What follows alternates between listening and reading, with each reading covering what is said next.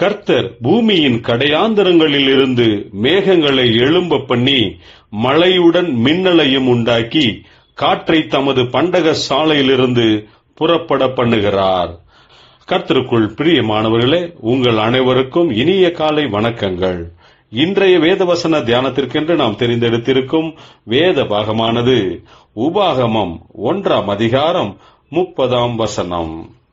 உங்களுக்கு முன் செல்லும் உங்கள் தேவனாகிய கர்த்தர் தாமே எகிப்தில் உங்களோடிருந்து உங்கள் கண்களுக்கு முன்பாக செய்த எல்லாவற்றை போலவும் வனாந்தரத்தில் செய்து வந்தது போலவும் உங்களுக்காக யுத்தம் பண்ணுவார்.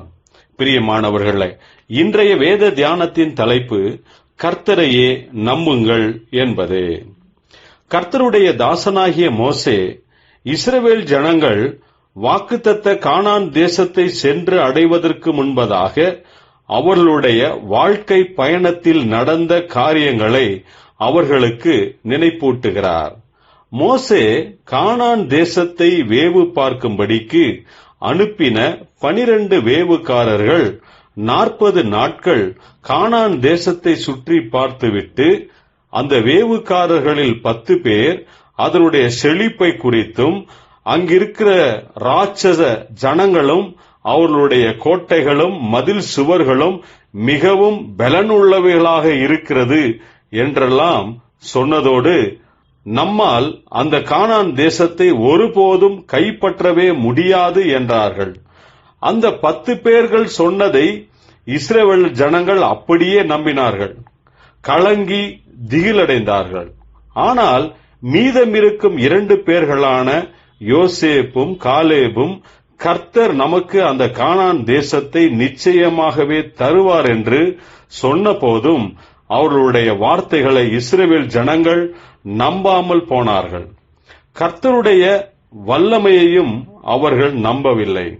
ஆனால் மோசே ஜனங்களிடத்தில் எகிப்தின் அடிமைத்தனத்திலிருந்து நம்மை விடுதலையாக்கின அதே தேவன் நமக்கு கானான் தேசத்தையும் கொடுப்பார் என்ற போதும் ஜனங்கள் அவனுடைய வார்த்தையும் நம்பாமல் போனார்கள்.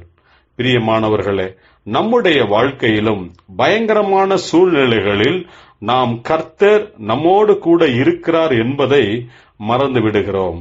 நம்முடைய கடந்த காலத்தில் இதுவரையிலும் கர்த்தர் நமக்கு செய்திருக்கும் அற்புதங்களையும் நாம் மறந்து விடுகிறோம்.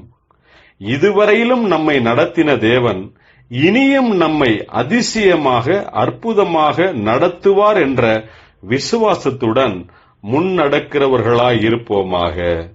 ஜெபிப்போம். ஜீவனுள்ள தேவனே, எல்லா இடங்களிலும் எல்லா சூழ்நிலைகளிலும் நாங்கள் உம்மையே விசுவாசிக்கும்படிக்கு நீர் எங்களுக்கு கிருபையையும் பலனையும் தருவீராக. இயேசு கிறிஸ்துவின் நாமத்தில் ஜெபிக்கிறோம் நல்ல பிதாவே, ஆமேன்.